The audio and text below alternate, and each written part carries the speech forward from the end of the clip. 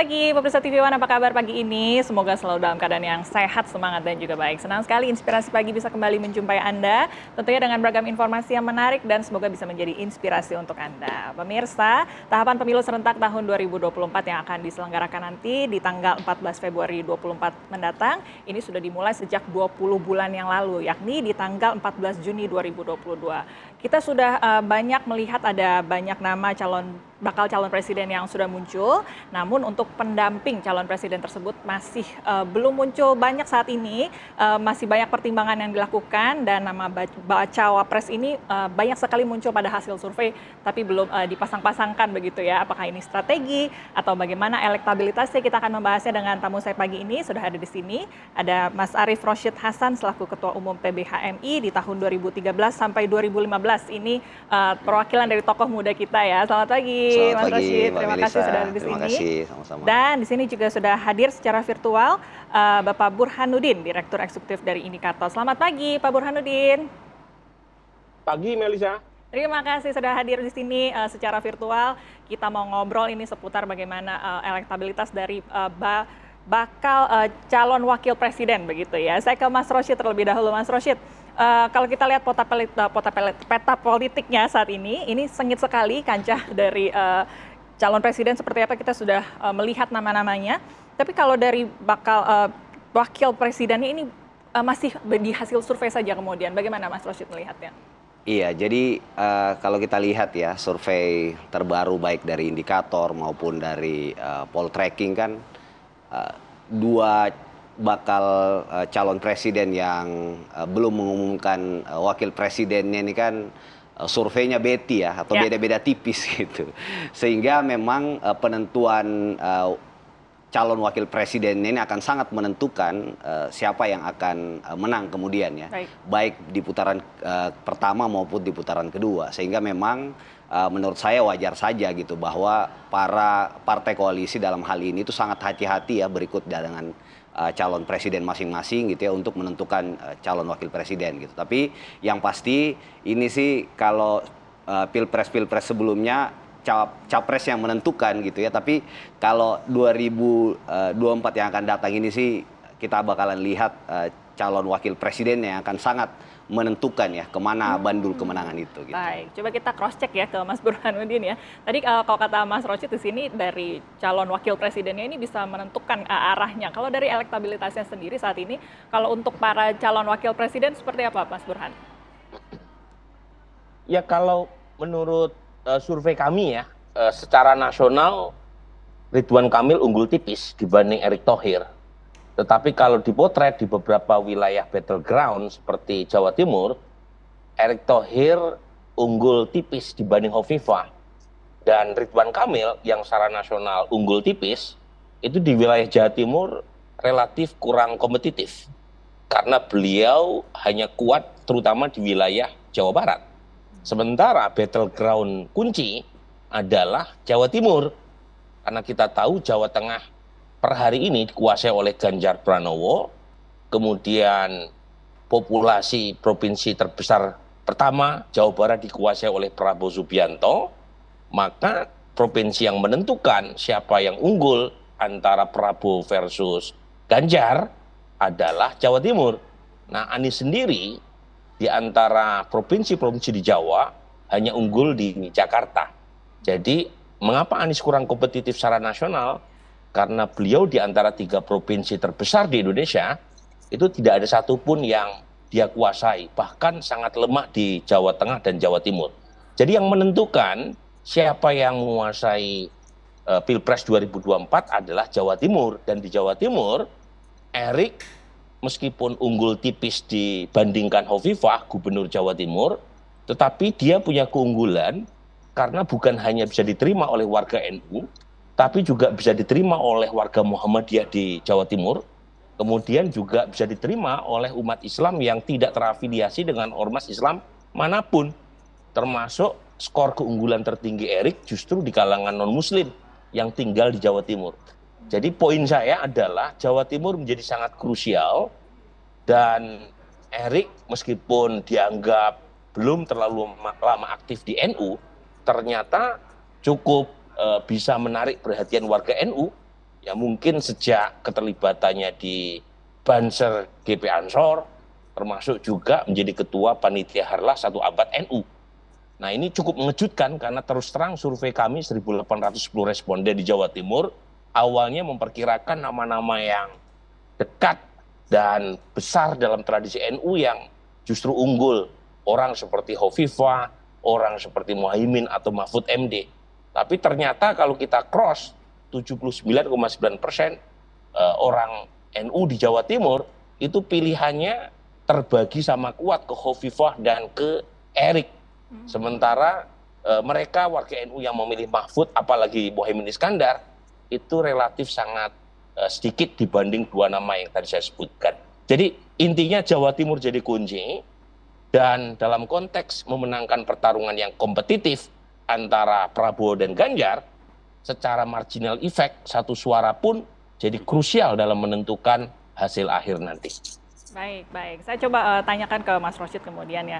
Tadi ada hasil yang kemudian agak menarik begitu ya. Ya. Kita lihat bahwa Pak Erick Thohir ini juga kemudian diminati begitu di daerah Jawa Timur.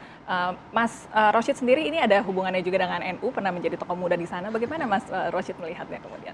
Iya, saya ini hampir 2 bulan udah Mbak mondar-mandir ke Jawa Timur gitu ya, silaturahim dari satu pesantren ke pesantren yang lain gitu ya, dan memang menemukan fakta bahwa tadi dari Mas Burhan ya, walaupun Pak Erick ini tergolong baru di Nahdlatul Ulama gitu ya, tapi apa yang dikontribusikan oleh seorang Erick Thohir buat Nahdlatul Ulama itu begitu luar biasa gitu ya. Tadi begitu beliau bergabung misalnya di Banser, kemudian Pak Erick itu diamanahi sebagai ketua panitia Harlah 1 Abad Nahdlatul Ulama ya.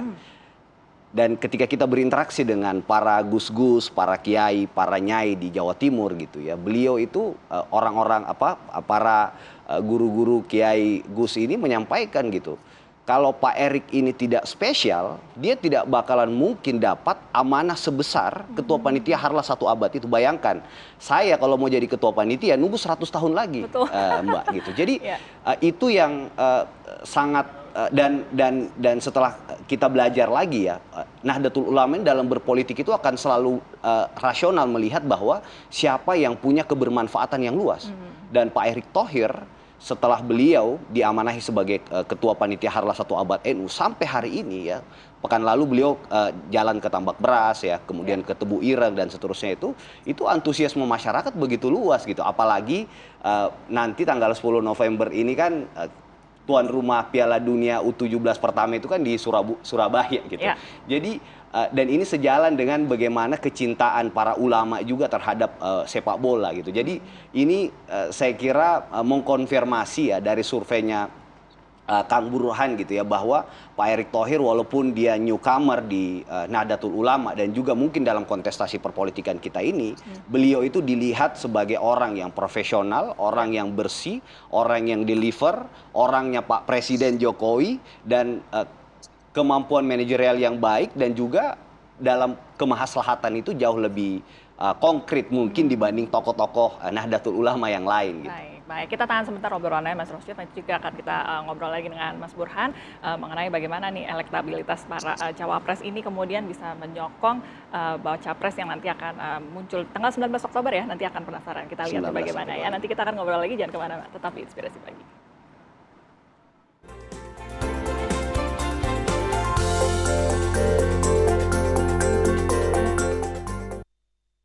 Ini kejahatan luar biasa yang jumlahnya lebih banyak dari korupsi, dan ini dibiarkan. Komisi Pemberantasan Korupsi atau KPK menggeledah kantor Kementerian Sosial dalam kasus dugaan korupsi penyaluran beras bantuan sosial atau bansos. Kenapa yang duitnya di Dayasos, kenapa kemudian ada orang dari Lijamsos turun serta? Itu saja yang saya heran. Penggerebekan kampung narkoba di Deli Serdang, Sumatera Utara dilakukan Satuan Narkoba Polres Pelabuhan Belawan. Saksikan kabar siang di TV One. Saat ini tidak ada calon presiden.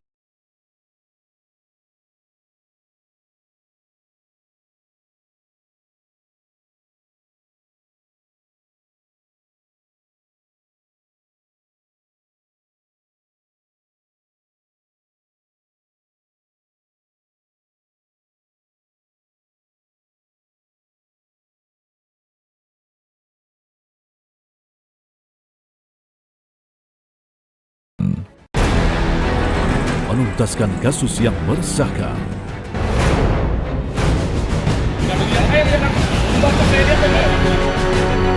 Memburu pelaku tindak kejahatan.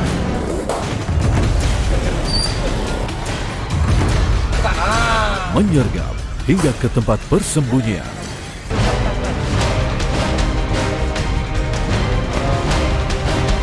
Buru sergap di TV One.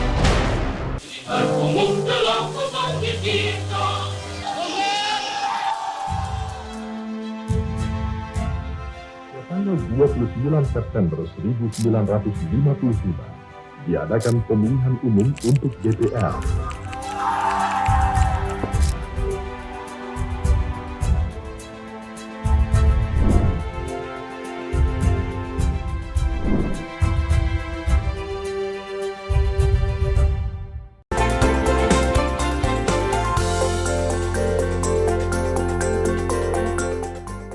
Anda kembali di Inspirasi Pagi pemirsa. Pagi ini kami masih membahas bagaimana kita bisa menakar elektabilitas dari para bacawa pres. Saya mau kembali terhubung dengan narasumber saya secara virtual, Bapak Burhanuddin. Mas Burhan, tadi kita sempat membahas bagaimana elektabilitas dari Pak Erick Thohir begitu dan Pak Ridwan Kamil di wilayah Jawa. Kalau di wilayah yang di luar Jawa seperti di Sulawesi, di Sumatera, Kalimantan ini seperti apa pemetaannya, Pak? Iya, jadi Ridwan Kamil ini cawapres yang menurut saya terlalu berbasis pada 1-2 provinsi ya. Jadi seperti Jawa Barat dan Banten. Tetapi agak kurang kompetitif di luar 2 provinsi ini. Jadi kurang meng-Indonesia ya. Nah, ada cawapres yang dukungan suaranya itu relatif lebih menyebar, lebih meng-Indonesia. Pertama adalah Erick, yang kedua adalah Sandiaga Uno. Jadi dukungannya itu merata, tidak hanya terkonsentrasi di 1 provinsi. Nah, memang Jawa Timur tadi kita bahas karena dia menjadi Ohio-nya Indonesia. Jadi Ohio itu satu state di Amerika Serikat yang seringkali disebut sebagai penentu hasil pilpres di Amerika Serikat. Karena ini swing state. Tetapi bukan berarti provinsi atau state yang lain tidak penting. Jadi kalau misalnya kuat di Jawa Timur, tetapi lemah di provinsi lain juga kurang mendukung untuk memenangkan capresnya. Nah, Hovifah itu mirip seperti Ridwan Kamil, basis pendukungnya terlalu Jawa Timur. Meskipun secara elektoral ya beda tidak terlalu jauh ya. Erick justru peringkat pertama meskipun dalam margin of error dengan Hovifah. Nah, kalau di provinsi lain, Melisa, di Sumatera, Erick cukup bagus ya elektabilitasnya. Di Nusa Tenggara Timur, Nusa Tenggara Barat, di Bali. Nah, yang mungkin agak menyaingi di wilayah Sumatera dan Sulawesi adalah Sandiaga Uno. Dan menurut saya wajar, Sandiaga Uno ini kan orang Gorontalo, ayahnya. Tetapi Sandi sendiri lahir di Dumai, di Riau. Jadi ada semacam local pride gitu ya, terutama buat 2 provinsi ini. Tetapi secara nasional, Sumatera hanya menyumbang 21% dari total populasi, sementara Sulawesi hanya 7%. Tetapi 2 pulau kunci ini, kalau misalnya cawapres tidak mendapatkan dukungan memadai juga sulit untuk menjadi semacam problem solver ya buat menangguk suara tadi. Jadi petanya seperti itu kira-kira. Ya. Menarik karena Sandiaga Uno masih cukup besar gitu suaranya. Baik. Kita coba cross check ke Mas Rosyid nih kemudian. Ini menarik lagi ya, kita lihat tokoh muda kemudian ini saat ini yang elektabilitasnya kemudian menarik tinggi di hati masyarakat. Selain menjadi Menteri BUMN, Pak Erick Thohir juga menjadi Ketua PSSI. Mas Rosyid sendiri ini adalah merupakan Presidium Nasional Supporter Sepak Bola dulunya ya. Boleh cerita bagaimana kemudian Mas Rosyid melihat kepemimpinan dari Pak Erick Thohir kemudian? Iya, jadi terkonfirmasi ya apa yang disampaikan oleh Mas Burhan tadi bahwa sebaran suara di luar Pulau Jawa ini juga secara sangat menentukan juga ya. Kalau kita masih lihat ya, aku sebelum masuk ke situ ya. 2014 pada saat 2004 SBY pertama kenapa menggandeng Pak JK? Karena memperhatikan distribusi Betul, itu. betul. Kemudian juga 2014 kan ketika Jokowi lagi-lagi mengambil seorang Yusuf Kalla gitu yang dianggap representasi luar Jawa. Nah, Ya. begitupun saya kira Pak Erick Thohir kan. Pak Erick ini walaupun dia beraktivitas banyak di Jakarta dalam hal ini, tapi beliau sebagai seorang dari Sumatera itu kan sebenarnya mencerminkan gitu ya bahwa nanti siapapun yang memilih beliau ini akan juga memilih atau merepresentasi teman-teman atau saudara-saudara kita yang di luar Jawa gitu kan gitu. Nah, hubungannya apa dengan kapasitas beliau hari ini sebagai ketua umum ya PSSI ya. Kalau kita lihat kan Mbak, orang nonton bola itu mungkin 80-an% kali dari seluruh penduduk Indonesia kan gitu ya. Sehingga apapun yang dilakukan oleh seorang ketum PSSI yang membawa kebaikan atau membawa perbaikan pada iklim sepak bola kita ini, itu antusiasmenya akan sangat luar biasa. Dan saya kira pasca beliau terpilih jadi ketum PSSI ini kan elektabilitasnya itu kayak roket kan gitu ya. Jadi bayangkan itu dulu awal-awal setahu saya sebelum beliau jadi ketum PSSI itu nggak nyampe 5% kan. Begitu beliau jadi ketum PSSI itu seperti bola salju sampai hari ini kan data-data terakhir survei cawapresnya itu sekitar 18-22% kan gitu. Jadi ini menunjukkan bahwa Pak Erick ini seorang yang sangat bertangan dingin gitu ya. Ketika beliau memegang sesuatu, barang itu jadi gitu. Dan kami pun ya di Presidium Nasional Supporter Sepak Bola, aku kebetulan sebagai pembina di sana melihat bagaimana beliau itu memperlakukan teman-teman supporter itu sangat manusiawi. Misalnya beliau itu setiap kunjungan ke daerah selalu menyempatkan waktu untuk berinteraksi dengan teman-teman supporter. Kemudian di berbagai kesempatan beliau itu mengundang supporter, mengajak dan menganggap supporter ini menjadi bagian dari agenda transformasi sepak bola kita. Jadi tipe manajerial seorang Erick Thohir ini saya kira ke depan akan sangat dibutuhkan ya. Tidak hanya untuk urusan sepak bola tentu saja atau sekarang di BUMN, tapi kan tantangan ekonomi kita ke depan ini akan sangat luar biasa dan sekali lagi Indonesia ini butuh figur seperti Haji Erick Thohir ini yang confirm valid gitu ya, apapun yang dipegang itu beliau ini sosok yang bertangan dingin gitu. Baik. Saya kembali ke Mas Burhan nih kemudian ya. Tadi sempat dibahas di bagaimana kiprahnya kemudian di sepak bola, bagaimana kedekatannya dengan para supporter. Bagaimana kemudian ada hubungannya ini dengan elektabilitasnya? Apakah karena dari tokoh muda, tadi kemampuan manajerialnya ini, mengapa posisinya bisa sedemikian baik elektabilitasnya, Mas Burhan? Ya, tadi betul ya Bung Arief ya. Jadi faktor pendongkrak elektabilitas Erick Thohir sebagai cawapres itu dimulai sejak keberhasilannya memimpin PSSI, terutama sejak berhasil membawa emas dalam SEA Games di Kamboja. Jadi sebelum itu elektabilitas Erick Thohir sebagai bakal calon wakil presiden itu hanya single digit.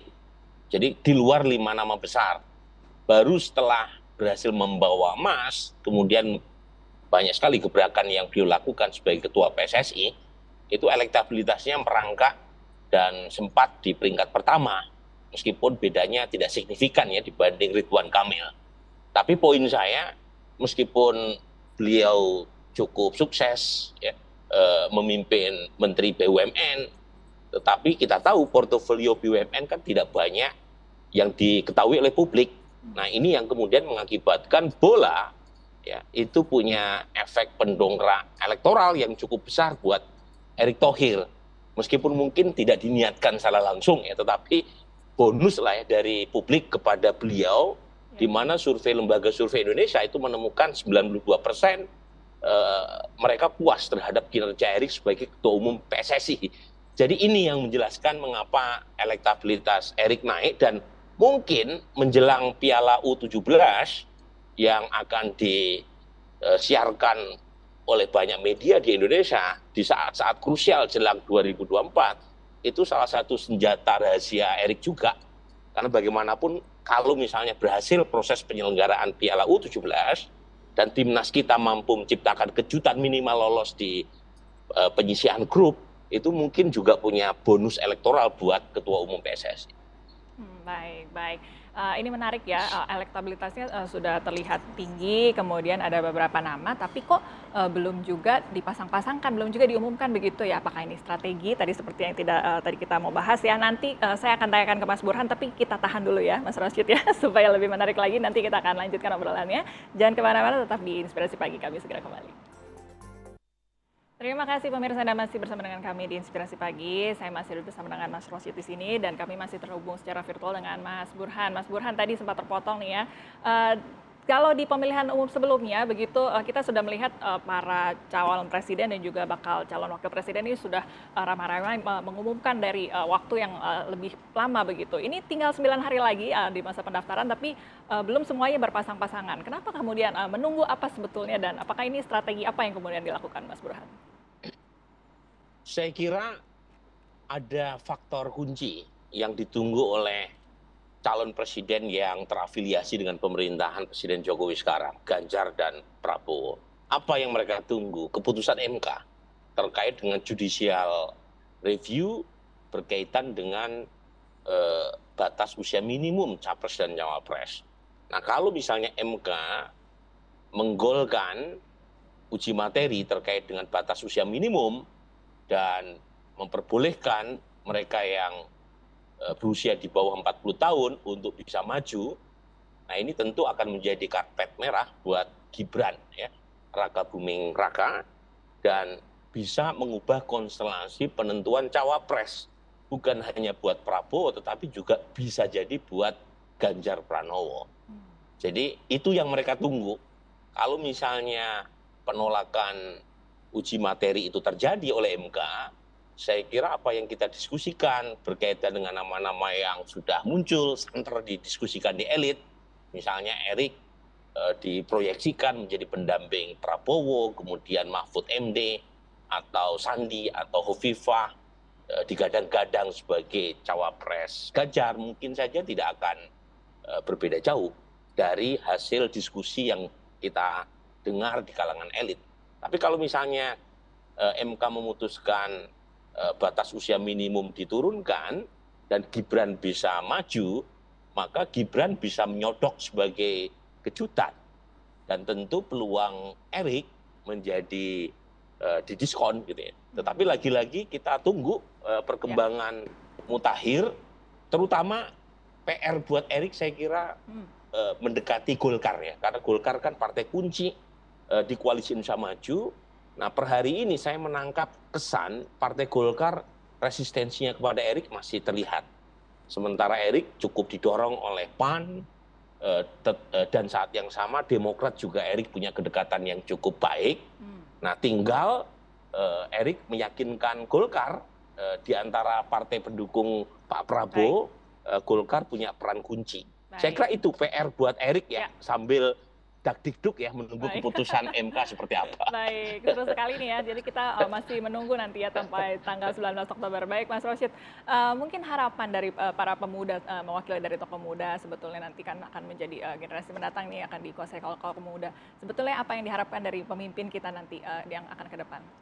Iya, saya kira tantangan ke depan kita ini ya, sejak 2012 Indonesia ini memperoleh yang namanya bonus demografi sampai puncaknya 2035-2038. Tantangan kita tantangan ekonomi. Pak Presiden Jokowi selalu bilang bahwa Indonesia harus menjadi negara yang maju ketika pertumbuhan ekonomi kita itu mencapai 7% tiap tahun gitu ya, dan seterusnya. Sehingga sosok Erick Thohir ini adalah satu dari sedikit orang yang punya kapabilitas atau kemampuan untuk bekerja, deliver terhadap agenda-agenda ekonomi kita ke depan. Yang kedua, ceruk pemilih terbesar ini kan anak muda ya, 52% kalau nggak salah data KPU. Sehingga ini akan sangat juga sangat menentukan gitu ya figur yang mereka harapkan. Dan dari survei-survei yang nampak kan Pak Erick Thohir ini keberterimaannya di baik itu di Gen Z maupun generasi milenial sangat tinggi, Mbak ya. Jadi menurut saya sih semua prasyarat yang dibutuhkan bangsa ini untuk lebih maju itu ada sama Erick Thohir. Begitupun semua syarat yang dibutuhkan oleh capres untuk menang itu ada sama Erick Thohir. Baik, kita tunggu nanti 19 Oktober seperti apa. Semoga betul-betul bisa mendapatkan calon tadi yang terbaik ya. Baik, terima kasih Mas Rashid dan juga Mas Burhan. Terima kasih tadi untuk informasinya, untuk waktunya pagi ini. Kita nantikan nanti di 19 Oktober semoga seru ya. Kita akan tunggu dan semoga para pemilih bisa memilih nanti yang terbaik. Terima kasih untuk kebersamaan Anda. Kami harus pamit undur diri. Kita jumpa lagi di lain kesempatan. Sampai jumpa.